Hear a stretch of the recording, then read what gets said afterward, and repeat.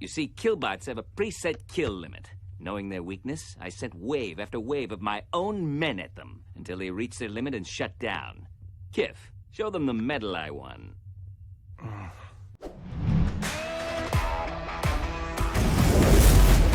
What's up, folks? Welcome back to TacticalTortoise. My name is Trevi, and we are talking Genestealer cults today because it's time for the 10th edition Genestealer cult faction focus, and these guys are pretty wild. We're going to see endless hordes of Genestealer cult infantry overrunning objectives all the way through 10th edition, I think. This faction looks incredible, so let's talk about their mechanics. The first big one is their army rule cult ambush. This gives them the ability to respawn their units on a dice roll after they're destroyed. So instead of using deep strikes and the blip deployment system to represent cult ambush, instead what we're doing is basically representing the fact that Genestealer cults usually subsume kind of most of the populace of a local planet. So you're going to be seeing thousands and thousands of people descending into this battle zone to assist the cause of the cult. On a 4+, each time a Genestealer cult unit is destroyed, you can place an ambush marker more than 9 inches away from enemy units that can be destroyed by enemies moving any kind of move within 9 inches of the marker. So especially if your opponent has a charge or fight phase coming, you have to be careful of where these markers get placed because they can use fight phase movement and combat movement to try to destroy the marker. This thing will trigger off of pile in and consolidate moves, not just normal moves during the movement phase. Now, it's a 4+ roll to place the marker, but you get +3 if the unit being destroyed is a battle line unit, meaning that it automatically happens. Your battle line units will automatically regenerate, but your normal units won't. So if you have more elite units, mostly things like aberrant or metamorphs, and we don't know if there are any vehicles that have this keyword, those are not guaranteed to respawn once destroyed, but things like neophyte units and acolyte hybrids will. Given how powerful those are in the 9th edition of the Codex, and some of the bonuses that we can see them getting in this article, it's probably likely that we're still going to see a mass of neophytes and acolyte hybrids taking up the majority of Genestealer cult lists, and this ability to infinitely respawn them automatically is a big deal. Now, that token that gets placed persists until the reinforcement step of your opponent's next movement phase. So if your opponent kills that unit during their turn, you're going to place the marker down. That's most likely when your units are going to be killed.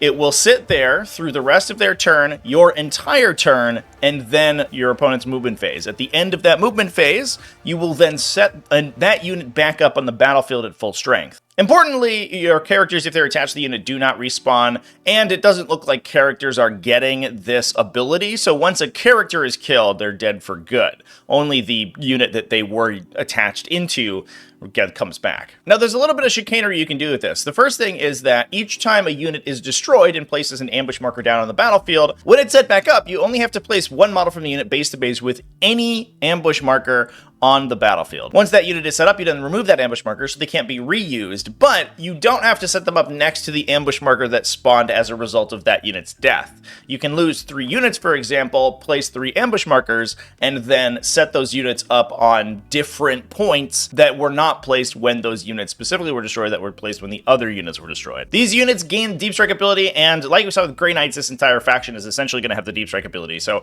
we're not using blips anymore, but we are using these persistent ambush markers, and they use deep strike to then come down on the table. So they still can't come within 9 inches of enemy models. Put a pin in that because there are going to be some ways to manipulate that. So first off, assuming that we can see a similar level of efficiency out of neophytes and acolyte hybrids, the ability to respawn battle line units basically infinite times is incredibly strong, and it already looks like this faction is going to have a lot of board control as a result of that. Now, we'll have to see whether or not other units in the Codex are going to be able to make use of this quite as much, and how it will interact with their other regeneration style abilities, because in 9th edition, they could regenerate models 2 units by summoning the cult. The ability to regenerate units was already kind of baked in there, but regenerating models specifically was also part of the identity. So if there are still ways to add models back into units, you can force your opponent to not kill your units in order to not allow them to respawn. And importantly, they can't run to morale anymore, so there's no chance of losing additional models that you would maybe want to in order to get this cult ambush to actually have your units get wiped out. But if your opponent doesn't kill them, if you still have the ability to add models back to the unit, you can just regenerate yourself back slowly to full. So it's kind of a damned if you do, damned if you don't. Now, one synergy with this is going to be the detachment rule of the Ascension Day detachment. I love the name of this detachment, by the way. Really nails that big alpha strike that Genestealer cults like like to inflict on their opponents in the lore of the game. This one gives them sustained hits 1 and ignore cover, so additional hits on hit rolls of 6 and ignore cover if they are set up as a reinforcement. This works until the end of your fight phase, so it affects your entire turn and works on any weapon that the Genestealer Cult unit is equipped with, meaning that mass small arms fire is going to be pretty effective, ignoring cover and getting exploding 6s, essentially getting +1 to hit mathematically thanks to that effect. This also works in melee though, so if you charge out of Deep Strike into melee, you will also get the same benefit. If we see powerful melee attacks on things like Acolyte hybrids with their rending claws, this can be incredibly strong. Now, as a last note as well, the Brood Brothers rule does continue over. This is the Genestealer Cult domination of local Imperial Guard or planetary defense forts regiments, and allows you to take them alongside Genestealer Cult units in their army. Now with the new single faction rules where allying is difficult and or impossible, Brood Brothers has its own special ability. This allows you to add Astra Militarum units to a Genestealer Cult army up to 500 points in a normal strike force game. You simply cannot include epic heroes, which makes sense, Ogrins, Ratlings, Militarum Tempestus, Commissars, Regimental Preachers, Engine Seers, Munitorum Servitors, or any aircraft. Mostly you're going to be stuck with the normal squadron and regiment units that are standard. Importantly, these units do not gain the Genestealer Cult's keyword. Your faction keyword is still Genestealer Cults, and the Astra Militarum are just also there, which also means that they most likely won't get any detachment abilities. Moving on from that, we do see the profiles for some units in the Genestealer Cult army, and the most important and exciting one is the Neophyte Hybrids. These guys have a pretty classic Guardsman-style profile, move 6, toughness 3, a 5+8, 1 wound, a mediocre 7 leadership, and 2 objective control. Now, Genestealer Cults have always had a very heavy dependence on stratagems, and as a result, their armies often CP strapped. And one way to alleviate this is their new ability, A Plan Generations in the Making. This gives them the ability to generate a command point on a 4+ for each objective marker being held by units of Neophyte Hybrids. Now, this is a 4+, and it doesn't overcome the normal restriction of only being able to generate 1 CP per battle round. So even if you have 4 or 5 objectives, you can only ever succeed on one of those. But having more objectives gives you more of a chance to actually do so. If you have 2 objectives held by Neophyte Hybrids, you have a 75% chance. If you have 3, it's even greater, and so on and so forth. We also see the ability to regenerate models to the unit with their cult icon. In the reinforcement step of the movement phase, you can return 3 destroyed models to the unit. If they are in range of an objective marker, they get D3+3 instead. Cannot return characters. Very much akin to the Necron reanimation protocols for Necron warriors, where they get an enhanced regeneration if they're on an objective. And again, if we are taking big bricks of 20 or so Neophyte Hybrids, then your opponent is in a kind of a catch-22 situation. If they kill the unit, it's going to deep strike again. If they don't kill the unit, it's going to regenerate models back to the army. And this makes them incredibly sticky to remove, incredibly difficult to take off objectives. You basically just need to battle shock them in order to limit their effectiveness, because again, then they won't get the benefit of those stratagems and they won't be holding those objectives. In terms of their weapons, they do have a very wide selection. We do see a return of the grenade launcher profile that we talked about in the Astra Militarum faction review, and if you can fit 4 grenade launchers into these Neophyte Hybrid units, it's going to be devastating. These new Strength 9 AP2 D3 damage crack grenades look very good. However, if they're not taking that, they can take a seismic cannon, which is a 4-shot rapid-fire 2 weapon, firing 6 shots in 12 inches.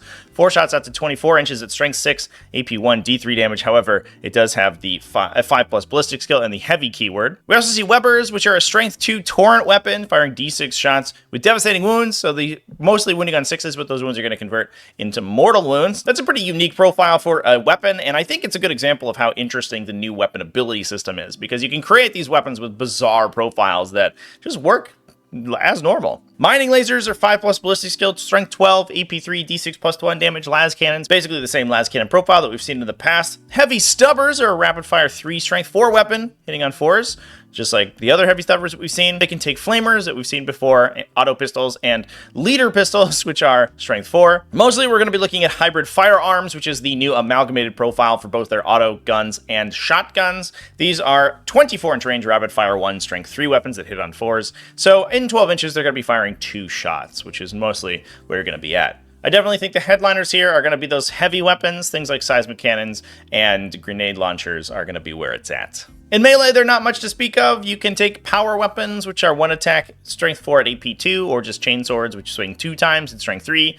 Normal close combat weapons are only 1 attack at strength 3. All of those hit on 4s. Definitely going to be mostly a ranged unit. These guys are not known for their melee prowess. That is the purview of the Acolyte hybrids and the Metamorphs. Now, speaking of which, we do see a leader for these types of units. The Patriarch has also been spoiled. This does have the leader keyword, and it looks like it can join pure strain Genestealers, and the article also indicates it can go into units of Metamorphs. Whether it can go into units of hybrids or acolytes, we don't entirely know, but definitely if it didn't go into pure strain Genestealers, we would question what it was doing over there. The Patriarch has an impressive profile, 8-inch movement at toughness 5 with a 4+ save and 4+ invulnerable save. That 4+ base save is important though because it can get cover being an infantry model, so it has the opportunity to go to a 3+ save. And given that a lot of weapons in the game are now AP 0, it's actually going to survive for quite a while. It has 6 wounds, a pretty solid leadership value of 6, which means it will be probably improving the leadership value of whatever it's joining, and an OC value of 1. It swings with its Patriarch Claws, 5 attacks that hit on 2s at strength 6 AP 2, 2 damage, with devastating wounds and twin linked. So it's going to be rerolling all of those wound rolls and has an enhanced chance to get critical wounds to then turn those wounds into mortals. Overall, kind of a mediocre melee profile, especially considering how strong these guys were in past editions of the game in melee, but definitely the highlights here come from their special abilities. Might from Beyond grants devastating wounds to the entire unit that the Patriarch has joined in melee only, not with their ranged attacks, only in melee. At the start of the fight phase, it also battle shocks all enemy units within 6, or at least forces them to take a test. This can be incredibly important at preventing units from being able to be selected for interrupts like counter assault. So you're preventing, once you battle shock them in the fight phase, while it won't really affect their scoring, it will prevent them from using stratagems defensively on the units that he has battle shocked. So that is actually extremely relevant. And once per battle, it can use a Psychic Familiar, doubling the range of its Cosmic Horror from 6 up to 12. The Psychic Familiar is now just a token, like a lot of the token models that we've seen previously, so that's just to denote the use of that familiar. It's not actually a model, which, to be fair, did create some issues for the Patriarch in the past, so that's good that it's a little bit cleaned up. Overall, a little bit of a disappointing melee profile, especially with the less attacks that we see, especially with the reduced number of attacks that we see from the Patriarch, but on the flip side, he does have some powerful support effects and disruptive effects. I hope that the price is right for this guy, and it does sound like characters are going to be significantly less expensive than they were previously, so hopefully we see this dude at a pretty good points value. Now moving on, we do have some weapons spoiled as well, the first one being Demolition Charges and remote explosives from the Reductus Saboteur. The Demolition Charges are a one-shot weapon that hit on 2s, at least for the Saboteur. They are assault, so can be fired after advancing, and blast, so they're most likely going to get +1 attack if they're targeting infantry units. It does only have a 6-inch range, but again, is an assault weapon, so it's going to be able to get up close and personal before throwing that charge. Shooting D6 plus 3 times, hitting on 2s at strength 12, AP 2, 2 damage. The remote explosives are the Reductus Saboteur's other ranged attack. These are an indirect fire weapon that also blasts for d6 plus 3 damage. However, they have a 24-inch range and hit on 3s. May be reduced down to 4s thanks to the indirect fire roll. At strength 5, AP 0 for 1 damage. The Power Sledgehammer from the Abominant has also been shown off. This thing is a melee weapon swinging 3 times, hitting on 3s at an impressive profile of strength 12, AP 2, d6 plus 1 damage. Essentially just a big las cannon. Now last but certainly not least, I did mention the Genestealer Cult's traditional reliance on stratagems before, and we see a couple of them spoiled here. The first one being Coordinated Trap. This allows you to select 2 Genestealer Cult units from your army that have not been selected to shoot or fight that phase, in the shooting or fight phase, obviously. You choose then 1 enemy unit, and you get +1 to wound against that unit. Now, one thing that's important to note is that Battle Shock prevents targeting from stratagems, but it is specifically only the controlling player. Battle Shocking your opponent's units doesn't make them untargetable for stratagems like Coordinated Trap, which is very good. So as long as your 2 Genestealer Cult units are not themselves Battle Shocked, you can target anyone you want. The restriction here is that the 2 units that you target can only attack the targeted enemy that phase. Now, I think this is one of the reasons that we do see a lot of CP regeneration in this faction. This stratagem is going to be huge for ensuring that your mass firearms can force saves onto high armor enemies. What you want to be doing is taking 2 big units of Neophyte hybrids, shooting them at a single enemy unit, getting +1 to wound, and be able to force a ton of saves, winning on anything from 3s to 5s, depending on the weapons that you're shooting, and just be able to overwhelm enemy armor with that volume. Remember also that you're going to be getting sustained hits if those units popped up on the table this turn, and ignoring cover, so even shooting into a pretty high armor save enemy, you're going to be able to punch through that pretty effectively. Now, tunnel crawlers is the other stratagem that we got. This is the one that I told us to put a pin in Deep Strike restrictions earlier. It allows you to target a Genestealer cult unit from your army arriving using Deep Strike, and this does include units coming in from Cult Ambush. So if you have a unit destroyed, it sets up a marker, it then replaces, you can use tunnel crawlers because it is using Deep Strike to come back in. It prevents the unit from charging the turn it arrives, but on the flip side, it allows you to come up to 3 inches away from enemies rather than the normal 9. So if your opponent isn't ringing objectives with models to prevent you from dropping anything on there, you can drop in and touch their objectives, potentially kill them, and then take the objective for yourself. Alternatively, you can also come in and try to get shots on units that you normally wouldn't, either peeking around line of sight blockers that your opponent potentially tried to screen out, or even trying to get shots on lone operatives who would normally be untargetable outside 12 inches, but because you can get up to 3 of enemies, you can shoot past the units protecting them and allow you to try to pick off those characters. This stratagem and effects like it in the Genestealer cult faction have always been incredibly powerful, and I'm excited to see it return. Now, we do have a couple more hints granted by the article in the developer commentary section. They mention specifically some of the effects from characters. Always fights first, being conferred by the Locus, and lethal hits by the Biophagus. These abilities are unlocked if the unit is already being led by a Primus, Magus, or Acolyte Icon Ward. This means that you can probably attach multiple characters to a unit, so you can really beef out your units in a big way. And Always Fight First is an incredible ability to give a unit, especially if you can assign them to a unit that's already good in melee. If we see Acolyte Hybrids, for example, which are probably going to have a pretty reasonable melee profile with Always Fights First, they're going to be incredibly difficult to engage into. The reason for that is that the defending player in every step of the fight phase in 10th edition chooses the first fighter. So even if enemy units charge into you and gain the Always Fights First ability, the player receiving the charge is going to choose their fight firster to fight before any of the charging enemies. And that is incredibly strong. So I imagine these Locuses are going to be very good for units that are going to jump in on the table, especially against enemies that are bad at shooting back at them. They're going to take some shots at you. It's going to be very annoying. Maybe try some charges, but even then, if you can't wipe that unit out in shooting, they charge back in, and suddenly the unit punches you first. If you also see a lot of flamers or hand flamers, and they have really strong overwatch as well, this is going to be a lot. So overall, the amount of tricksiness retained in Genestealer cults looks incredible, and their ability to absolutely flood the board with infantry and continuously regenerate makes it seem like they're going to be an incredibly strong opponent. You have to be very good at killing infantry, you have to be very good at screening, you have to be very good at doing that for the entirety of the game, because you're basically never safe from the predations of the cult. They're going to keep dropping down for the entirety of the game. There's nothing you can do about it.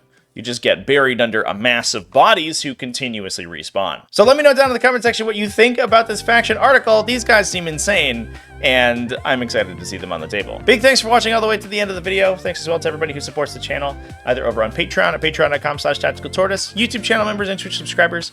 All you people are great, and I love you. Remember to keep it classy, folks, and happy wargaming.